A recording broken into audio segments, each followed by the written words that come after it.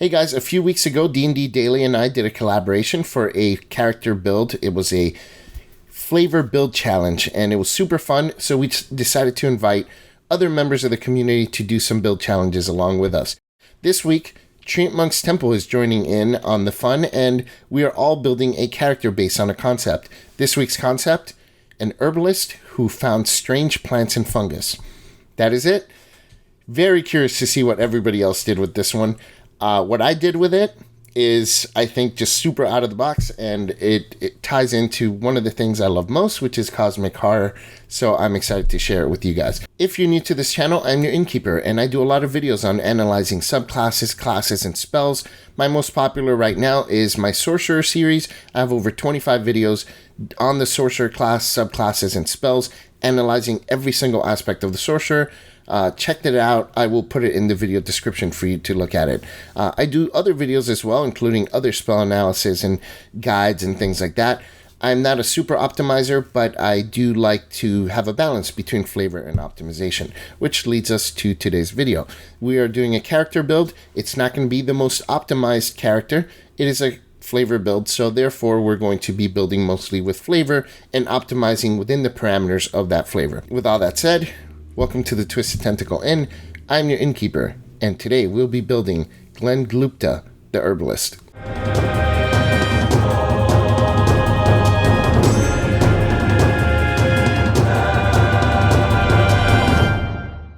A quick thank you to my patrons. Thank you guys for all the support. If you're interested in supporting the channel, be sure to check out the video description for the Patreon link. So as I mentioned earlier, this is a collaboration with D&D Daily and Treantmonk's Temple. Check out their channels. They're both awesome. D&D Daily is a newer channel that does daily D&D videos. I don't know how they do it. They do good videos, good daily D&D videos, and they have been partnering with us, doing a lot of collaborations here with other content creators. They're great guys. Treantmonk's Temple, if you have not heard of Treantmonk's Temple, it is the optimization channel for D&D. Chris is super smart. He knows what he's doing. I watch his videos religiously, and I'm a huge fan, so I'm kind of really excited that he's doing a collaboration with us here today. Check out both channels. I'll link both of them in the video description, and I'll pin their videos in the comment section down below. Very curious to see what they do.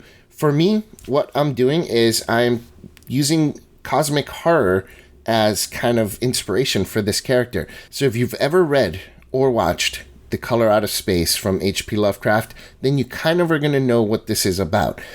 My character, Glendglupta the herbalist, is a researcher who studied a lot of plants and herbs, and a meteor hit an area, and plants and fungus started to mutate, so he went to check it out and collect some samples. And as he was doing his research throughout the several months, he slowly started to mutate. He was once a human. Now he has been mutated into an amorphous blob, but he still has his intelligence and his cognitive reasoning, and he still studies herbs, and he's using all these mutated herbs to concoct new ways to use them.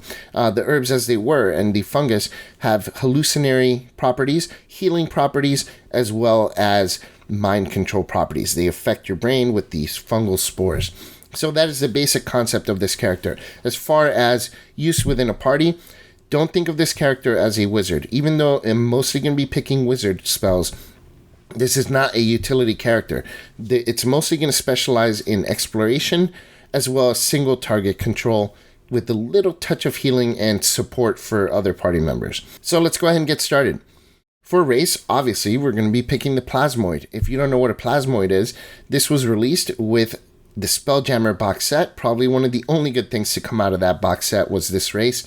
Super cool race. You are a Ooze. And there are some really cool abilities, which we're going to get into in a second. For simplicity, we're going to go with standard array for stats.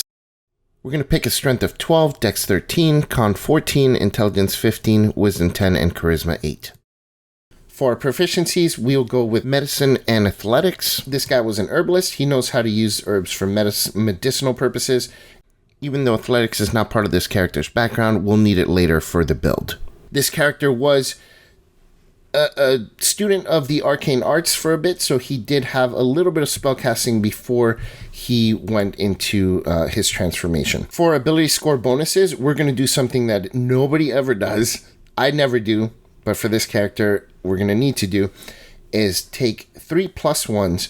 We're going to do Dexterity, Constitution, and Intelligence. So our starting abilities, if we're using standard array, it's going to be Strength of 12, Dex of 14, Con of 15, Intelligence of 16, Wisdom of 10, and Charisma of 8. For background, we will go with Cloistered Scholar. We're going to pick our skills in nature and in history. Nature, obviously, because this guy was an herbalist. Now, let's talk about the Plasmoid's racial abilities. These are going to help a lot with some of the things that we're building towards for this character in later levels. You get the amorphous form, so while you're not wearing or carrying anything, you can squeeze through space as narrow as 1 inch. This is fantastic for exploration. No one else is going to be able to do that except maybe a druid who can transform into a fly or something. Super handy for exploration. This also gives you advantage on ability checks to start a grapple or to escape a grapple. So we're going to be focusing on grappling later on, believe it or not. As a wizard, yes, we're going to be doing that. You also get dark vision. Who doesn't these days, right? You get hold breath, so you can hold your breath for an hour.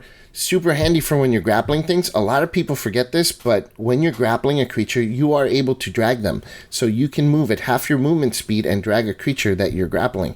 So holding your breath is going to be super handy. If you happen to be near a body of water, you can drag them into the water and you hold your breath for an hour. They probably cannot, so they will drown, and you will not. As a plasmoid, you also get natural resilience. You have resistance to acid and poison damage, and you have advantage on poison saving throws.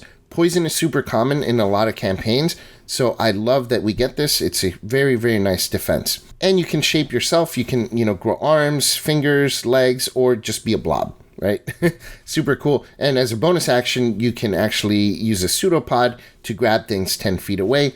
Super handy later on when we've got something locked down. If you need to reach for something that's a little further away, you'd be able to. For character class, we're going to go with Wizard. So we will pick our cantrips. We get 3 of them. Control flames. You can sprinkle some herbs into a torch and make it glow brighter. Minor illusion for some hallucinations, mental control. And encode dots because you get a lot of mental abilities. First level spells, Charm Person. Obviously, you can use your herbs to kind of daze people and control them. Find Familiar is something that came from before your incident. This was your helper, your assistant that helped you when you were doing your studies. Hideous Laughter is fantastic, great spell, and hilarious because you'll be able to use it, these herbs, to make something laugh uncontrollably. Mage Armor and Shield are spells that you had as an herbalist, wizard, apprentice wizard beforehand, and you'll need these for defenses. You're going to be doing a lot of grappling and coming close to enemies, so unfortunately you will be needing to use these spells quite a bit early on. And the final spell that you get to pick at first level, we're going to go with Sleep. Yes, one of the best lower level spells. Very, very good at area control and can be a game changer or a combat changer. Keep Sleep early in the earlier levels, change it out later on. So first level tactics, you're going to play like a normal wizard in a way because you'll be casting Sleep, Mage Armor, Shield if you need to. You'll have your Familiar that's going to be using the help action to help your allies. This will be a recurring theme throughout your later levels. You'll be using the help action a lot, and you'll be eventually able to help multiple allies in one round using the help action. At level 2, we're going to go with Wizard, and we're going to pick the Enchantment School, which gives us Hypnotic Gaze. I love this ability. It's so good. If you use Standard Array, you're going to have a DC of 13, which is not bad. You use Hypnotic Gaze, you go up to a creature, as long as it can see or hear you, they're locked down. They're incapacitated. No save afterwards, no save at the end of their turn. No one can wake them up from it.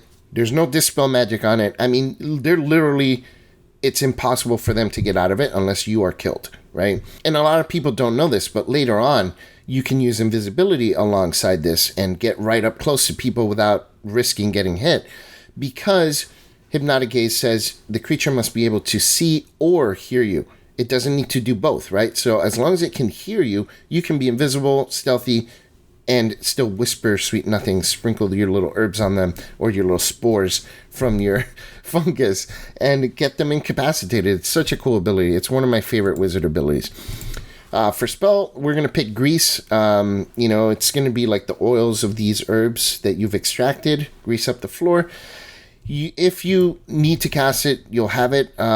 If you have an extra memorization slot. I don't think that we're going to be keeping grease beyond level 2, though. So, don't hold on to that spell for too long. At level 3, we're going to continue as a wizard. We're going to pick second level spells. This time we'll go with Invisibility and Misty Step.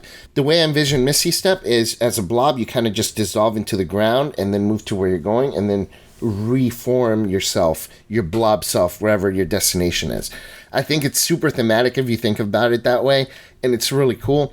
Invisibility is awesome, and like I was talking about earlier, you combine it with Hypnotic Gaze. You go invisible, you use Hypnotic Gaze on a creature, they don't see you coming, and the best part is you're not attacking them and you're not casting a spell on them.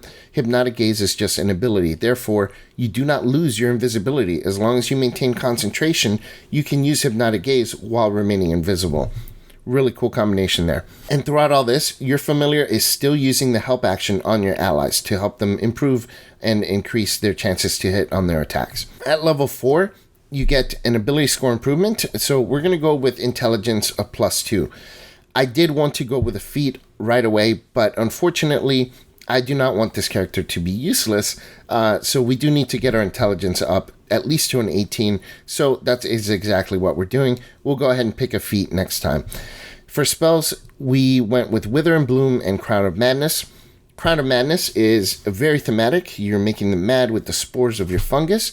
And it's not a bad spell. It's not the greatest spell, but it's not a bad spell. Crown of Madness is also a great social interaction spell and something that a lot of people don't think about when using in social interaction, so I think that's a pretty decent pick.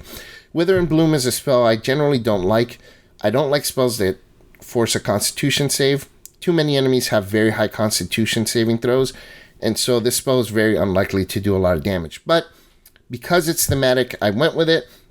You're probably not going to be using it a whole lot, but it's nice that you can heal people with your herbs and also start that mutation process by using that Wither ability on that spell. At level 5, we're going to go a completely different route here and take a level in Rogue. We get a proficiency, we're going to pick Acrobatics. For expertise, we're going to pick Athletics and Stealth. This is going to be huge because exploration-wise, stealth is going to be very important. Combined with invisibility, it's going to be nearly impossible for you to be spotted. Athletics, now you will be grappling like a machine. So if your Hypnotic Gaze doesn't work on something, grapple them. Grapple them using athletics. You will have expertise and you'll have advantage because of your plasmoid race. So the way I see it, you engulf things kind of like a gelatinous cube engulfs in PC. You're engulfing the enemies in yourself, and that is your grapple, and that's why it's so strong and so hard to get out of. I think it's really, really cool. At level 6, we're going to take another level in Rogue. This time we get Cunning Action, which is huge. Hypnotic Gaze requires you to use your action every round, so if you've got something locked down with Hypnotic Gaze, there's not much you're going to be doing other than sending your familiar to do the help action. Well, now you can bonus action hide. If you're invisible, make it harder for you to be hit by that creature's allies. You can disengage or dash if you get in trouble. And the bonus action dash is great for mobility because now you can move much quicker. First round, bonus action dash, get to the creature that you're trying to Hypnotic Gaze or grapple or whatever. Now you can bonus action dash around the battlefield, use your athletics to knock creatures prone, which you'll have a very good chance of succeeding because your expertise, or you can grapple them and lock them down into place. At level 7, we're going to take yet another level in Rogue, and we're going to pick the Mastermind as a subclass. Now you can use the help action as a bonus action, and you can do it from 30 feet away. This is great, because now when you're grappling something or you're using your Hypnotic Gaze, especially Hypnotic Gaze, where you're not able to use an action for anything other than that, and you can't move away from the creature, bonus action help 30 feet away. And your familiar's helping your allies. So now you've got 2 help actions that you're doing every round. That is huge. That's going to help your allies really get the hits in and really help your party quite a bit, more than you think. And if you're grappling, then you can actually use the help action and still be casting spells. So you could be grappling a creature, help action, familiar uses their help action, and then you also can be casting Tasha's Hideous Laughter on another creature. So you can be doing quite a bit on your round to help your party. Then at level 8, we're going to take one more level in Rogue. We're going to take an ability score increase or feat. We're going to pick a feat and pick Healer. Healer is great. It is not an insignificant amount of healing that you can do once per day per creature. You give them some herbs and they heal. And they heal 1d6 plus 4 plus plus their level. So this time we're at level 8, so it'll be 1d6 plus 12 healing. That's not bad. That's not insignificant. At level 9, we're going to go back to Wizard from now on, all the way through level 20. So our acrobatics at this point is plus 10 with advantage. Insane. Nothing's going to get away from us. For spells, we're going to pick Life Transference and Hypnotic Pattern. Hypnotic Pattern, obviously, the spores from your fungus are going to entrap creatures. One of the best control spells in the game. The only drawback being that some creatures are immune to charm, but you got plenty of other options in case of that happens. Life Transference is a spell that a lot of people don't like. Wizards have low hit points. This deals damage to you, quite a bit of damage, but it heals a lot. And I know some of you say, oh, save healing for after a combat. Look, I get it. In theory, it sounds great to heal after a combat, but in the middle of a combat, if you're about to TPK, when things start going away from you, when the enemy starts winning and everybody's about to go down, trust me, healing in the middle of combat can be important. And this spell heals quite a bit. I've used this spell in several campaigns, and at least 3 times it saved our group from a TPK, because you sacrifice yourself in a way, and you bring up your strongest party member that can finish the fight, or a party member that's going to be able to help everybody else kind of raise back up. So if someone has already gone down, you can bring them up back to life. It can turn the combat around tremendously. I know because it's happened to me. I've used it, again, 3 times in several campaigns. Is it a spell that you use every single combat? No, definitely not. But it's a spell that's a panic button that can completely turn a combat around. So in theory, in writing, when you're just looking at the spell, it does not look like a good spell. I can agree with that. But in action, in actual function, it is a really, really good spell. At level 10, we're going to get the Instinctive Charm ability. Finally, we get a reaction ability that helps us avoid attacks without having to use a spell slot for shield. If you're using Hypnotic Gaze, something comes from behind to try and knock you out, you can Instinctive Charm, force a Wisdom save on them, and they have to attack something else or lose their attack, which is awesome. Or if you're grappling a creature and they try to hit you, Instinctive Charm, they lose their attack. It's great, and it's a really, really good ability. It's too bad that we're getting it so late for this character, but at least you're getting it now. And if it saves you a couple of spell slots, even if they're first level spell slots, every single adventuring day, then that's 2 extra spell slots that this ability has given you, right? So that's the way I see it. Instinctive Charm is basically adding more first level spell slots because you're not having to use shield. And for our spell selection at this level, we're going to go with Dispel Magic. This is a spell that I think is underrated.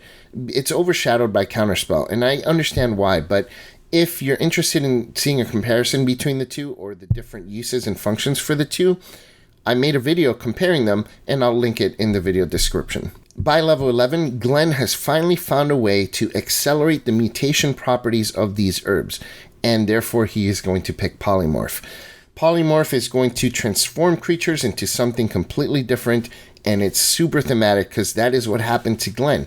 He's found a way to accelerate that capability of these fungi and these herbs and using it against the enemy.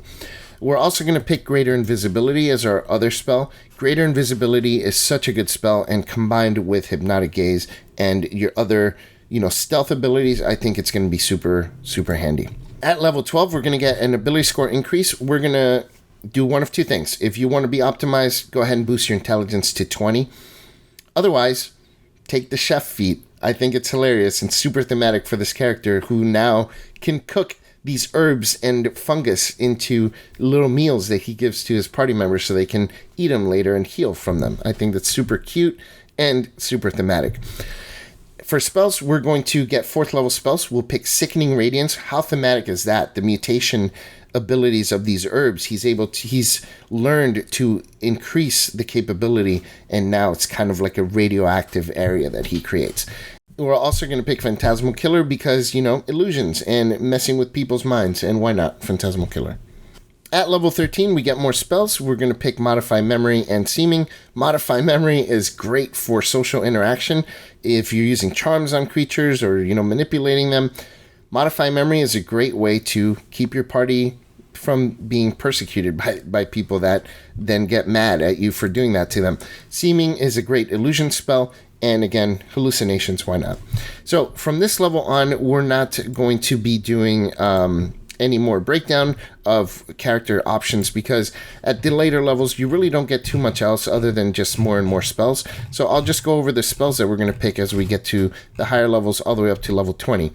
And again, I know there are more optimal choices than the ones I'm going to make, but I'm going to kind of just break down the more thematic ones that I feel would be fitting for this character. So 5th level spells, we're going to go with Dominate Person, because of course you're controlling their mind. What better way than Dominate Person? For 6th level spells, we're going to pick Eye Bite, one of my favorite spells in the game. I love it. And for this character, he's this blob that now grows a bunch of eyes on him, and each one can put people to sleep and make them incapacitated. I love it. It's such a cool spell already, and in this character, I think it's hilarious and awesome. Mental Prison, more mind control stuff. At 6th level spell, we'll also pick Programmed Illusion because of the hallucinations. We're going to skip 7th level spells. I really didn't think of any that fit with this character, so we'll just upcast lower level spells. For 8th level spells, we will go with Feeble Mind, because that is the ultimate way to just affect someone's mind. They are just useless and super susceptible to all of your allies' mental spell casting and your own mental spell casting. And of course, Power Word Stun. Good spell. Not great spell, but good spell. If they have 150 hit points or less, they get no saving throw. They are just stunned. At the level that you can cast this spell, 1 round of being stunned is all you need. Because they do get saving throws in later rounds, and it's a Constitution saving throw. But the first round, they get no save. And 1 round is usually enough at this level. They're screwed. They're going to be just beat on. So, Power Word Stun is going to be the other 8th level spell. You will not get any 9th level spells because your maximum wizard level will be 16, and that is what we're going to finish at. So that final ASI, we're going to either boost our intelligence to make it a 20, or we're going to pick that chef feat finally and be able to give our food to our allies. And that does it for Glendlupta, the herbalist. I hope that you like this character concept. I probably wouldn't play this through a campaign. I'll probably play this one as for a one-shot. I think it would be fun to use in a one-shot. If you're interested in playing this character, I will kind of post a link for the entire build. Or maybe I'll post the D&D Beyond link. I'm not sure yet, but it'll be in the video description. Check out what D&D Daily and Treantmonk did, because I still don't know what they're doing as of the making of this video. It's going to be a surprise for all of us. So very curious on how they handled the concept of an herbalist who found strange plants and fungi. So check them out. I'll link them in the video description. They're both great channels. Check out their other videos. If you're new to my channel, thank you for coming over and checking out my videos. And if you have any ideas for this concept of what you would do, what character class you would pick, post it in the video in the comments. I would love to read about it. I read every comment and respond to every comment on my videos. So, and that does it for today's video on the Character Flavor Build Challenge. If you have any other comments or questions, please don't forget to leave them down there in the comments down below. As always, I am your innkeeper from the Twisted Tentacle Inn.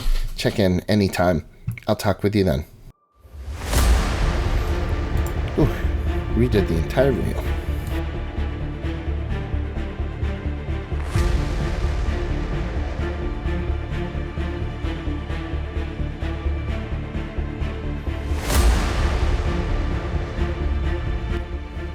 I can't believable. Seriously, I just recorded this entire video and had my mic on mute, so I had to record the entire thing over again. Sucks. Oh well, it is what it is.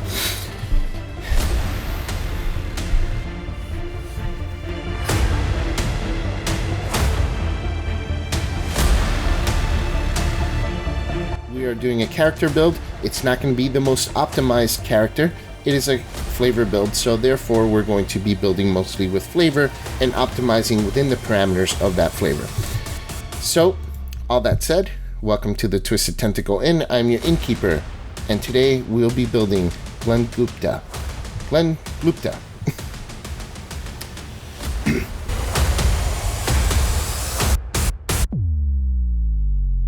And we're going to pick Phantasmal Killer because why not? Mental fuckery. Yeah, we're not going to use that. We're not going to use that. We can't use curse words. So